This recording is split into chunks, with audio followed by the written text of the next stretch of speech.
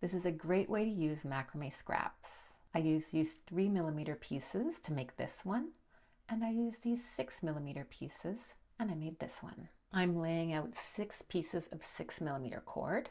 This is a super easy method to make tassels. Make them as big and thick as you like.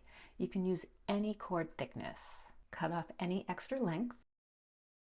I've cut my pieces to about 30 centimeters, and the finished length of my tassel is 11 centimeters. Comb out the cord.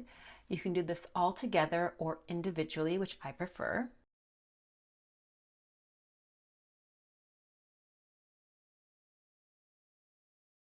I bring them all together, and then I give them another thorough combing. I use this thin string, but you could also use a few strands. However, I want my cord to be nice and long so I can use it in any project. Place your cord underneath in the middle, and now tie a knot, and you want to tie it really tight. Then tie another tight one. Lay it down and give it another comb. Cut a little piece of cord and then tie it fairly close to the top and make that another really nice tight double knot, and cut those as close as you can to the knot.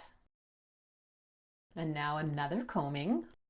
Cut off the ends, give it another comb, and then a final trim.